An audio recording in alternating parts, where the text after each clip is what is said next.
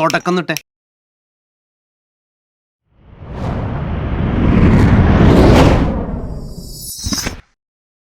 Cinema എന്ന് പറയുന്നത് അവനവന്റെ അത്യാവശ്യമല്ല, അവനവന്റെ ആസ്വാദനത്തിന് വേണ്ടി ഉണ്ടാകുന്ന മോശമാണ് എന്ന് 4 പേർ പറഞ്ഞാൽ അതിനെ ബാധിക്കും. നടക്കണ കാര്യമാണോ അത്? അങ്ങനെയാണെങ്കിൽ സിനിമ ഇറക്കണ്ടെന്നേ. അങ്ങനെ വിമർശനം നിർബന്ധിക്കുന്നു സിനിമ ഇറക്കാൻ വേണ്ടിയിട്ട്. അതെന്ത് ആറ്റിറ്റ്യൂഡാണത്? എന്ത് സ്വഭാവമാണ് ജീസന്റെ? I don't like your attitude. എനിക്ക് തന്നെ ഇഷ്ടമാവുന്നില്ല. താൻ എന്നെ കയറി പ്രേമിക്കാനൊന്നും വരണ്ട. എന്ത് ആറ്റിറ്റ്യൂഡാണെന്ന് പറഞ്ഞു കഴിഞ്ഞാൽ ഒരു ഉൽപ്പന്നം വിൽക്കാൻ വേണ്ടി കാശ് കൊടുത്ത് വാങ്ങിച്ചു കഴിഞ്ഞാൽ അത് മോശമാണെങ്കിൽ മോശമാണെന്ന് തന്നെ പറയും. കാലം മാറി രാജ. സാധനം നല്ലതാണോ ഓടും. അതിൽ എന്ത് ആറ്റിറ്റ്യൂഡിന്റെ പ്രശ്നം എന്താണ്? അടിയോടി പറഞ്ഞാലും കാര്യമുണ്ട്. അങ്ങനെയാണെങ്കിൽ സിനിമ ഇറക്കണ്ട എന്ന് പറയുന്നത്, അങ്ങനെ പറയാനുള്ള അധികാരം ധാർമ്മികതയും എന്ത് ബാക്ക്ഗ്രൗണ്ടിൽ നിന്നാണ് നിങ്ങൾക്ക് മനസ്സിലാകുന്നില്ല, സത്യമായി മനസ്സിലാകുന്നില്ല അശ്വന്ത്. എനിക്ക് വായി തോന്നുന്ന ഞാൻ പറയും. അത് നിങ്ങൾ തീരുമാനിച്ചാൽ മതി. എന്നാ പിന്നെ റിവ്യൂ ചെയ്യേണ്ടെന്ന് പറയുന്നത് ഏത് ബാക്ക്ഗ്രൗണ്ടിൽ നിന്നുകൊണ്ടാണ്? എൻ്റെ അടുത്ത് റിവ്യൂ ചെയ്യേണ്ടെന്നല്ലേ റിവ്യൂ ചെയ്യുന്ന ആളോട് റിവ്യൂ ചെയ്യേണ്ടെന്ന് സിനിമാക്കാർ പറയുന്നത് ഏത് ബാക്ക്ഗ്രൗണ്ടിൽ നിന്നുകൊണ്ടാണ്? റിവ്യൂ ചെയ്യണ്ട എന്ന് സിനിമാക്കാർ പറഞ്ഞോ? 7 ദിവസമെങ്കിലും വേണം എന്നുള്ളതാണ് അവരുടെ ആവശ്യം എന്ന് പറയുന്നത്. 7 ദിവസം വരെ കാത്തിരിക്കാൻ സാധ്യമല്ല. കാരണം അത്രയും ദിവസം കാത്തിരിക്കാൻ സിനിമ ഉണ്ടാവില്ല എന്ന് തിയേറ്ററിൽ വിൽക്കാൻ വേണ്ടിയിട്ടാണ് ഒരു സിനിമ ഇറക്കുന്നത് തിയേറ്ററിനകത്ത്. അപ്പോൾ അത്തരത്തിലുള്ള ഒരു പ്രൊഡക്റ്റ് ഒരു സാധാരണക്കാരൻ 150 രൂപ കൊടുത്ത് കാണുന്ന സമയത്ത് ആ സിനിമ ഇഷ്ടപ്പെട്ടില്ല എന്നുണ്ടെങ്കിൽ ഇഷ്ടപ്പെട്ടില്ല എന്ന് തന്നെ പറയും. അതെ, അതാ അതിന്റെ ശരി. അതിന് ഇത്ര ഇൻടോളറൻസ് എന്തിനാണ്? ഇഷ്ടപ്പെട്ടില്ല എന്ന് പറഞ്ഞു കഴിഞ്ഞാൽ അത് അവരുടെ അഭിപ്രായമായിട്ട് എടുത്താൽ പോരെ.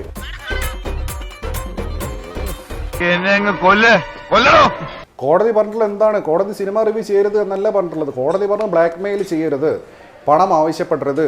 മനസ്സിലായോ? ഈ ഫക്രുദ്ദീൻ അലി പറഞ്ഞ പോലെ ഒരാഴ്ച സമയമെടുത്ത് വളരെ കാവ്യാത്മകമായിട്ട് വളരെ ഭൗതികമായിട്ടൊക്കെ റിവ്യൂ ചെയ്യുന്ന കാലഘട്ടം പോയി. ഇപ്പൊ എല്ലാം വളരെ ഇൻസ്റ്റന്റേനിയസ് ആണ്. ഇവനാണ് ശരിയല്ലല്ലോ. മാറിയ സാഹചര്യത്തിൽ ഇപ്പൊ നിങ്ങൾ തന്നെ ന്യൂസ് കൊടുക്കുന്നത്, പണ്ട് ന്യൂസ് കൊടുത്ത പോലെ രാവിലെ മുതൽ രാത്രി വരെ ന്യൂസ് ഒരുമിച്ചിരുന്ന് അരമണിക്കൂർ കൊണ്ട് വായിക്കുമല്ലോ. ഓരോ അവേഴ്സിലും ന്യൂസ് അല്ലേ പോയിക്കൊണ്ടിരിക്കുന്നത്. അതുപോലെ സിനിമ ഇറങ്ങി ഉടനടി തന്നെ റിവ്യൂ വരും. അല്ലാതെ 7 ദിവസം വെയിറ്റ് ചെയ്യാൻ ആളുകൾക്കും താല്പര്യമില്ല, ആർക്കും താല്പര്യമില്ല. പിന്നെ 7 ദിവസം കഴിഞ്ഞിട്ട് ഈ പറയുന്ന സിനിമകൾ അവിടെ കാണുകയില്ല. 10 പേര് സിനിമ കാണാൻ ഇല്ലാത്തതുകൊണ്ട് ടിക്കറ്റ് കിട്ടാതെ ഞാൻ എത്ര വട്ടം മടങ്ങിയിട്ടുണ്ട്. അതെന്തിനാടാ പന്നി ഇപ്പൊ പറഞ്ഞതല്ല, പിന്നീട് വരെ അവസരം കിട്ടിയില്ലെങ്കിൽ. നിങ്ങളുടെ ചാനൽ ഉൾപ്പെടെ പല റിവ്യൂസും ഞാൻ കാണാറുണ്ട്. ഒരു വസ്തുവിന് കൊള്ളാത്ത സിനിമകളൊക്കെ ഉദാത്ത സിനിമയാണെന്ന് പറഞ്ഞ് കുത്തിയിരുന്ന് അരമണിക്കൂർ പറയുന്നത് കാണാറുണ്ട്. അത് ഏത് അജണ്ടയുടെ ഭാഗമായിട്ട് പറയുന്നു?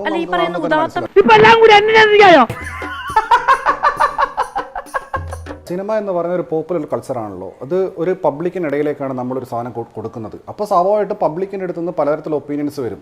അതും കൂടെ ആക്സെപ്റ്റ് ചെയ്യാനുള്ള ഒരു മാനസിക നില ഉള്ളവരെ ഒരു ഇത്തരം മേഖലകളിൽ വരാൻ പാടുള്ളൂ. ഇല്ലെങ്കിൽ എത്രയോ മേഖലകൾ വേറെ ഉണ്ടല്ലോ. ഞങ്ങളോടുള്ള സമീപനത്തിന്റെ ശൈലി മാറണമെന്നാ പറഞ്ഞത്. പറ്റിയ മേഖലയല്ല സിനിമ എന്ന് പറയുന്നത്. സോഫ്റ്റ് ആയിട്ടുള്ള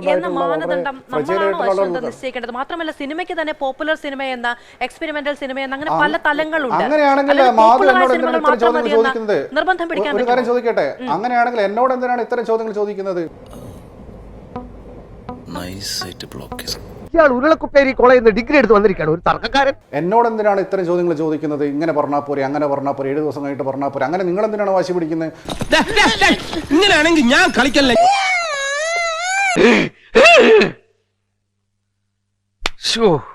ഞാൻ എത്രമാത്രം ഏത് സ്കെയിലിൽ പറയണമെന്ന് നിങ്ങളാണ് തീരുമാനിക്കേണ്ടത്. അപ്പോൾ അശ്വന്ത് ഇങ്ങനെ പറയാൻ പാടുണ്ടോ, അത് ക്രൂരമല്ലേ എന്നൊക്കെ നിങ്ങൾ എന്തിനാണ് എന്നെ ഓഡിറ്റ് ചെയ്യുന്നത്? അങ്ങയുടെ ഈ രീതിയിലുള്ള സംസാരമാ പ്രശ്നം. അങ്ങനെയാണെങ്കിൽ അപ്പോൾ അരിസ്റ്റോട്ടിൽ പറഞ്ഞ പോലെ ഒന്നും ചെയ്യാതിരിക്കുക. എന്തെങ്കിലും ചെയ്തു കഴിഞ്ഞാൽ വിമർശനം ഉണ്ടാവും. ഇല്ലെങ്കിൽ അങ്ങനെ ആരും അറിയാത്ത ജോലികൾ ചെയ്യാം, പബ്ലിക്കിനിടയിലേക്ക് വരാത്ത ജോലികൾ ചെയ്യാം. അശ്വന്ത്, എന്തെങ്കിലും ചെയ്താൽ വിമർശനം ഉണ്ടാകുന്നവരെ ചെയ്യാതിരിക്കണോ? അതെന്താ എന്ന് ചോദിച്ചാ ഞാൻ അങ്ങനെ തന്നെ അത്ര തന്നെ. അല്ലാതെ വേറെ എന്ത് ചെയ്യാ? വിമർശനം ഉണ്ടാവുമല്ലോ. പബ്ലിക്കിനിടയിലേക്ക് ഒരു സാധനം നമ്മൾ ഇട്ട് കൊടുത്തു കഴിഞ്ഞാൽ പബ്ലിക് അതിന് പല അഭിപ്രായങ്ങൾ പറയും. എന്താ ശരിയല്ല അത് സ്വീകരിക്കാൻ, അത് അക്സെപ്റ്റ് ചെയ്യാനും പറ്റുന്ന മാനസിക നില ഇല്ലാന്നുണ്ടെങ്കിൽ അത് ചെയ്യാതിരിക്കുന്നല്ലേ ഭേദം. കളിപ്പ അവന്റെ കയ്യിലാ, ഇടയിൽ കയറിയാലേ നമ്മളെ നാറും. ഇത്തരം എഫേർട്ട് എടുത്തുകൊണ്ട് സിനിമ നിർമ്മിക്കുന്നു, അതിന് എല്ലാ ആളുകൾക്കും പേയ്മെന്റ് കൊടുക്കുന്നു, ഒരു ബിസിനസ്സിലേക്ക് നമ്മൾ പണം ഇടുന്നു, ആ ഒരു പ്രൊഡക്റ്റായിട്ട് നമ്മൾ തിയേറ്ററിലേക്ക് വരുന്നു, ആളുകളിൽ നിന്ന് കാശ് തിരിച്ചു പിടിക്കാൻ വേണ്ടിയിട്ടാണല്ലോ അവർ പ്രൊമോഷൻ നടത്തുന്നതും പരസ്യം ചെയ്യുന്നതും ഇന്റർവ്യൂസ് കൊടുക്കുന്നതും ഓൺലൈൻ മീഡിയയെ ചാക്കിടുന്നതൊക്കെ ഇതിനു വേണ്ടിയിട്ടാണല്ലോ. അപ്പോൾ ഇവരുടെ പ്രതീക്ഷ എന്താണ്? ഒരു 5 കോടി 10 കോടി ഇറക്കിയിട്ട് 20, 30, 100 കോടി തിരിച്ചു നേടുക എന്നുള്ളതാണ്.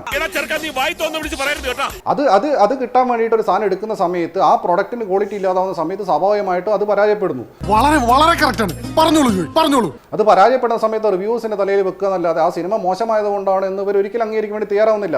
എന്തുകൊണ്ട് എൻ്റെ സിനിമ പരാജയപ്പെട്ടു, ഈ സിനിമ ഞാൻ വിദേശത്ത് വർക്കായില്ല എന്ന് എത്ര സംവിധായകർ ഇവിടെ വേണ്ടി പറയാൻ വേണ്ടി തയ്യാറാവും? അപ്പോൾ ഇവിടെ 150 രൂപയുടെ പ്രശ്നമല്ല. അടിയോടി എന്താ പറഞ്ഞുകൊണ്ട് വരുന്നത്? ഒരു സംഭവം നമ്മൾ പബ്ലിക്കിനിടയിലേക്ക് വിൽക്കാൻ വേണ്ടി കൊണ്ടുവരുന്ന സമയത്ത് സ്വാഭാവികമായിട്ട് അതിനെക്കുറിച്ചുള്ള ഫീഡ്ബാക്ക് ഉണ്ടാവും, റിവ്യൂസ് ഉണ്ടാവും. അത് ആക്സെപ്റ്റ് ചെയ്യാൻ വേണ്ടി തയ്യാറാവുക എന്നുള്ള മാത്രമേ ഇതിൽ വഴിയുള്ളൂ, അല്ലാതെ വേറെ വഴിയില്ല. അതിലെന്റെ ശരി.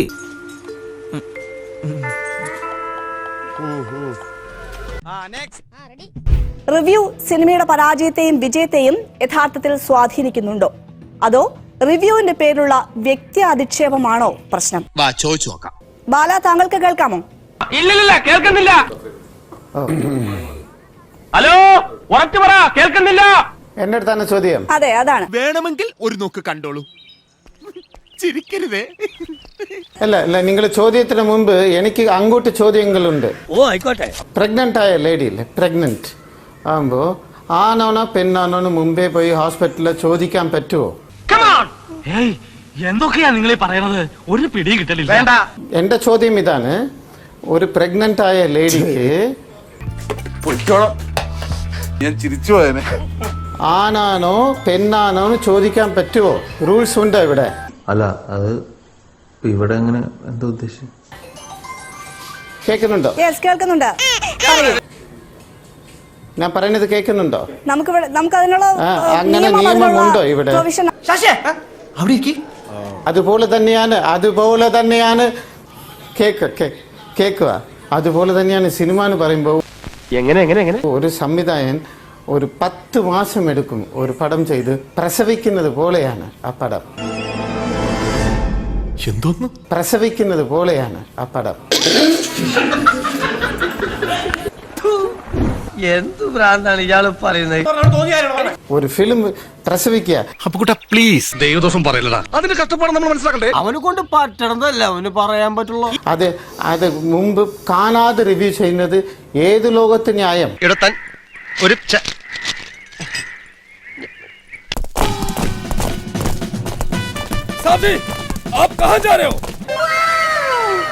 ഒന്ന്. രണ്ടാമത്, എന്റെ പേഴ്സണൽ ലൈഫിൽ ഒരു എക്സ്പീരിയൻസ് പറയാം. അത് നടക്കില്ല. ഒരു എക്സ്പീരിയൻസ് ഞാൻ പറഞ്ഞേക്കാം, ഇത് എല്ലാവരും കേൾക്കും, ലക്ഷം പേര് കേൾക്കും. ഞാനൊന്നും കണ്ടത്തില്ല. 1, 2, 3 നീ തന്നെ ഒന്നുകൂടി കണ്ടാൽ മതി. തൊട്ടടുത്ത്, ഇവിടെ ഞാൻ പാലാരിയടുത്താണ് താമസിക്കുന്നത്, തൊട്ടടുത്ത് ഒരു മാരേജ് ഉണ്ടായിരുന്നു. ആ മാരേജിൽ യവനോ ഒരുത്തൻ പറയുന്നു ആ സ്ത്രീക്ക് 4 പേരോട് ബന്ധമുണ്ടെന്ന്. ഏത് കല്യാണ പെണ്ണുക്ക്, ആ ചെക്കനുക്ക് ഏതോ ബന്ധമുണ്ടെന്ന് പറയുന്നു. ആ മാരേജ് പൊളിഞ്ഞു പോയി. ഇങ്ങനെയാണോ നിങ്ങൾ ചിന്തിക്കേണ്ടത്? ആ മാരേജ് പൊളിഞ്ഞു പോയി. അപ്പൊ ആ അച്ഛനും ചിന്തിച്ചത് എന്താണ്? മൂന്നാമത് കാര്യം ഇത് തന്നെയാണ് സിനിമയിൽ നടക്കുന്നത്. ഈ പാവപ്പെട്ട പടങ്ങളില് ഇൻവെസ്റ്റ് പண்ற പ്രൊഡ്യൂസേഴ്സ് അവന്റെ ഭാര്യയോட താലി വരെ അടമാനം വെച്ചിട്ട് എന്തോ കാര്യമായിട്ട് പറഞ്ഞുണ്ട്. അടമാനം വെച്ച് അവൻ കാർ വരെ വിറ്റിട്ടാണ് അവൻ വരുമ്പോ പടം കാണാതെ ചെയ്യുമ്പോ it is raping A family. നിന്റെ തലയ്ക്ക് വല്ല അസുഖമുണ്ടോ? ഇല്ല. പിന്നെ എന്താ അതിന്റെ അർത്ഥം? ഒരു പ്രൊഡ്യൂസറുടെ കുടുംബം അതുപോലെ കുടുംബങ്ങളുടെ എന്നോട് ഫേസ്ബുക്കിൽ ഞാൻ ഇടട്ടെ. കണ്ടോ, ഞാൻ സീരിയസ് ആയിട്ട് ഒരു കാര്യം തന്റെ അടുത്ത് പറഞ്ഞുകൊണ്ടിരിക്കുമ്പോൾ ചിരിക്കുന്നുണ്ട്.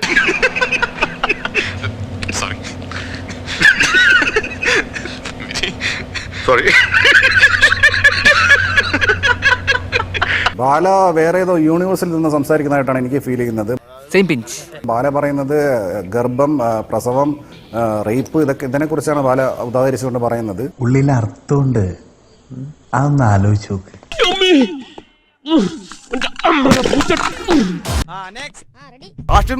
കോമാളിത്തരങ്ങളാണ് ആരാ വരാത്ത? ഇപ്പൊ നിങ്ങൾ കാണിച്ചില്ലേ ഇവിടെ? അത് ശരിയാ, അതുകൊണ്ടാണല്ലോ ഇവിടെ ഇങ്ങനെ വന്ന് നിൽക്കേണ്ടി വന്ന്. കോമാളിത്തരങ്ങളാ കാണിച്ചുകൊണ്ടിരിക്കുന്നത്. കോമാളിത്തരങ്ങളല്ല. എത്ര സമയം സംഘടന തുടങ്ങിയിട്ട്? കുറച്ചു നേരമായി. ഓ ഞാൻ കുറച്ച് ലേറ്റ് ആയി പോയി.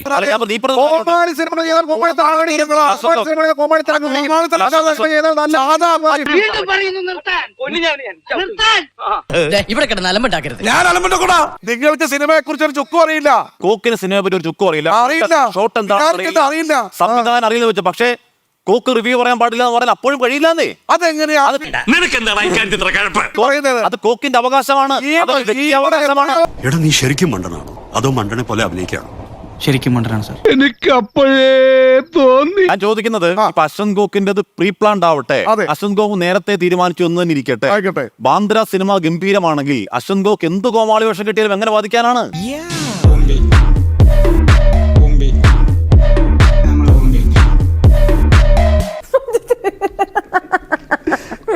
കോമൺ സെൻസ് സീരിയലാത്തോണ്ട് എവിടെ പോയാലും ഇവൻ നോൺസെൻസ് മാത്രമേ സംസാരിക്കൂ. അല്ല അവിടെയല്ല അരി പത്തായത്തിലുണ്ടെങ്കിൽ എലി ആന്ധ്രാപ്രദേശിൽ നിന്ന് വരും. കേട്ടില്ലേ? അവിടെയല്ല പ്രശ്നം. ഇതൊക്കെ ആരോട് പറയാൻ? സജി, ഇവിടെ ഏത് സിനിമ റിവ്യൂ ചെയ്യണം, എങ്ങനെ പറയണം, നല്ല സിനിമയെ മോശമായി പറയണോ എന്നൊക്കെ ഉള്ളത് അശ്വന്ത് ഗോക്കിന്റെ അവകാശമാണ്. അത് നിയമപരമായി തടയപ്പെട്ടുള്ള ഒരു സംഗതിയുമല്ല. അശ്വന്ത് ഗോക്ക് എന്ത് പറഞ്ഞാലും ഇല്ലെങ്കിലും സിനിമയ്ക്ക് നട്ടല്ലെങ്കിൽ സിനിമ പൊളിയും. ഈ പറഞ്ഞത് ന്യായം. സത്യം എന്ന് പറഞ്ഞാൽ ബ്രേക്ക് ഈവൻ ആവേണ്ട പടങ്ങൾ, റിവ്യൂ കൊണ്ട് പൊളിഞ്ഞു പോയ പടങ്ങൾ ഒരു 3 പടങ്ങൾ പേര് പറയത്തില്ല. കാരണം ഇയാളെന്താ ഒരുമാതിരി പിള്ളേരെ പോലെ. ഞങ്ങൾ പറയുന്നത് ഇപ്പൊ OTT-ലും പറയണ്ടേ? ഇത്ര മൂന്നല്ല അത് എന്നോട് കഴിഞ്ഞ പ്രാവശ്യം മറ്റൊരു ചാനൽ ചോദിച്ചു. ഞാൻ അങ്ങനെ ചോദിച്ചപ്പോ ഇല്ല പറയാൻ പറ്റില്ല. ആദ്യം ഈ സംസാരിക്കുന്ന വ്യക്തിനെ ആദ്യം അറസ്റ്റ് ചെയ്ത് ലോകപ്പിലാണ്. ഇത് ഭയങ്കര ഇടങ്ങേറായിട്ട് വരിക. കാരണം എന്താണെന്നറിയാമോ? എനിക്കിത് ഇഷ്ടമില്ല. ആ പടങ്ങൾ OTT-ലും സാറ്റലൈറ്റ് ഇപ്പൊ ഏത് സംസാരിച്ചോണ്ടിരിക്കുക. ആ പടങ്ങൾ പരാജയമാണെന്ന് പറഞ്ഞാൽ OTT-ൽ ആ പടങ്ങൾ എടുക്കില്ല. അത് പോയിന്റ്. അപ്പൊ കേസിന്റെ പ്രസക്തി എന്താണ്? കേസിന്റെ പ്രസക്തി കോടതി കാണാം. ഒരു വ്യക്തതയില്ല. ഉണ്ട് സജി, നിങ്ങൾക്ക് ഒരു വ്യക്തതയില്ല. അത് തനിക്ക് എപ്പോഴാണ് മനസ്സിലായത്? ഇപ്പോഴേ മനസ്സിലായുള്ളൂ. ടെസ്റ്റ് ചെയ്ത് ഇപ്പോഴാ. അതുകൊണ്ടല്ല ഇക്കാര്യത്തിൽ നിങ്ങൾക്ക് ഒരു വ്യക്തതയില്ല. പടപ്പിൽ തല്ലലാണ്, നിങ്ങൾ പേടിപ്പിക്കലാണ്. സാർ അതല്ല sir, I have so many stories sir. നിങ്ങൾ അശ്വന്ത് ഗോക്കിനെ അല്ലെങ്കിൽ ഇനി മേലാൽ റിവ്യൂ ചെയ്താൽ കേസിൽ കുരുക്കും എന്ന പേടിപ്പിക്കലാണ്. സത്യമോള് മനസ്സിലാക്കിയ സ്ഥിതിക്ക് ഇനി എങ്ങനെ തെളിയിക്കും? മിണ്ടാതെ പോവാം. അല്ല, അമർദീപ്, ഇതുപോലെ ഇത്തരത്തിൽ വേഷം കെട്ടിയിരിക്കാതെ, ഇത്തരത്തിൽ പുച്ഛത്തിന്റെ പരിഹാസത്തിന്റെ ഭാഷ ഉപയോഗിക്കാതെ താങ്കൾക്ക് ഈ പറയുന്ന കണ്ടന്റ് പറയാൻ കഴിയും. അല്ല അത് എന്റെ വ്യക്തി സ്വാതന്ത്ര്യമല്ല. ഞാൻ എങ്ങനെ ചെയ്യണം ഞാനല്ലേ തീരുമാനിക്കേണ്ടത്. അല്ലാതെ അത് നിങ്ങൾ എന്തിനാ ചൂടാവുന്നത്? ഞാൻ സംശയം ചോദിച്ചല്ലേ. ഇപ്പൊ ഈ മിമിക്രിക്കാർ കാണിക്കുന്നത് എന്താണ്? ഒരാളെ ഇമിറ്റേറ്റ് ചെയ്യാന്ന് പറഞ്ഞാൽ ഇന്ത്യയിൽ ഒരു കുറ്റകരമാണോ? അല്ല, പക്ഷേ ഇത് മിമിക്രി ആണപ്പോ. മിമിക്രി ഇമിറ്റേഷൻ ആണ്. നീ അതാണല്ലോ ഉദ്ദേശിച്ചത്. സോറി. മിമിക്രിക്കാർ ചെയ്യുന്ന കാര്യം അത് ഞാൻ ചെയ്യുമ്പോൾ മാത്രം എങ്ങനെയാണ് കുറ്റകരമായി മാറുന്നത്? ഉരുളക്കുപ്പേരി കോളേജിൽ നിന്ന് ഡിഗ്രി എടുത്ത് വന്നിരിക്കുകയാണ് ഒരു തർക്കക്കാരൻ. ഈ പറഞ്ഞൊരു ഘടകമുണ്ട്. നമ്മൾ ഒരു വിഷയത്തിന് അങ്ങേയറ്റം വൾഗറായ ഭാഷയിൽ അങ്ങേയറ്റം പരിഹാസവും പുച്ഛവും ഇറക്കി ചെയ്തു കഴിഞ്ഞാൽ കൂടുതൽ ആൾ കാണും എന്നുള്ളത് സത്യമാണ്. തൊപ്പിയാണ് സാക്ഷ്യം അതിന്. അതെ, നിങ്ങളെ സ്റ്റാർ മാജിക് അതിനുള്ള സാക്ഷിയല്ലേ? നിങ്ങളെ ചാനലല്ലേ സ്റ്റാർ മാജിക്?